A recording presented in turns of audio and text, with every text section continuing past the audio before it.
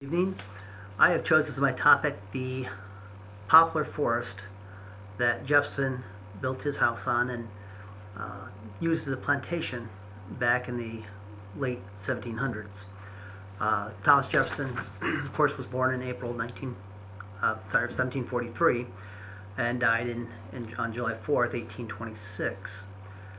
Jefferson obtained the poplar forest through his wife. His wife's father actually had left it to his wife when he had passed on in 1773.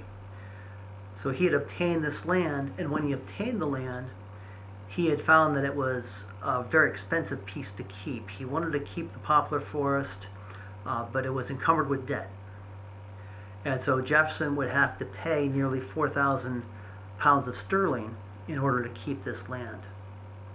He was able to do that, obviously as a man of tremendous resource, but in order to do so, he found himself having to really watch what he spent and how he managed his money. Jefferson, interestingly enough, was also directly involved in the design of the home at the plantation. Jefferson himself was an amateur architect, but never had any formal schooling.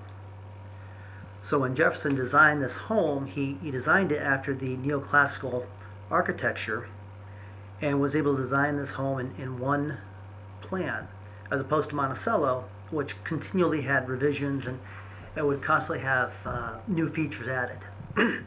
So Jefferson ended up having this one single plan in place to build this home, and he built a home that was quite ornate, with a central rotunda, several smaller rooms that were smaller rotundas circulating around that main hall. And it was a symmetrical design that he had created himself. He built the house on top of a knoll, which gave it a great view. It was a 45-acre plot of land that he had for the house itself, and he had other areas for farms and fields, and he would actually hire people out to clear those fields so that he could plant on that.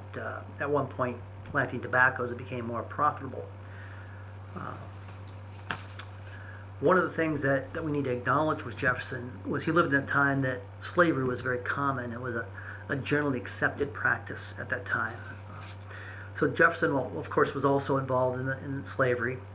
And one of the things they had found in the late 1990s, when they were excavating an area of poplar forest in the main home area, was they had found the slave quarters. And they found that each slave quarter, there's 4 buildings that they found, and each slave quarter had a clay fireplace for cooking and heat.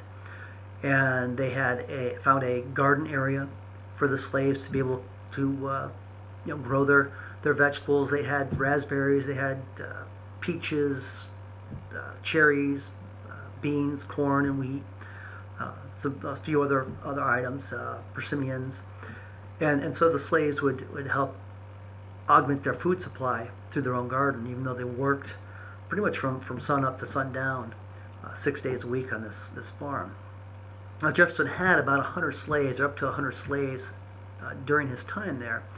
And while he did not mind having families of slaves, he also was not opposed to splitting those families up when they met his need in terms of making sure he had workers and profits in place. So he was of the normal mindset of that time, where slavery didn't really resonate with him as far as the immoral objectivity of owning a person. So this was a typical plantation, and the reason it's historically significant is because it really gives us a look into what a plantation is, how it operated, and also look into our 3rd president of the United States and his retreat as he would go down and get solitude, and sometimes spend a month at a time just to recover and recuperate from his work and his duties. And also gives us a little insight into how slavery was processed and the formalities of slavery during that time. So I thank you for watching this video, and I hope this gives you a little interest into popular forest.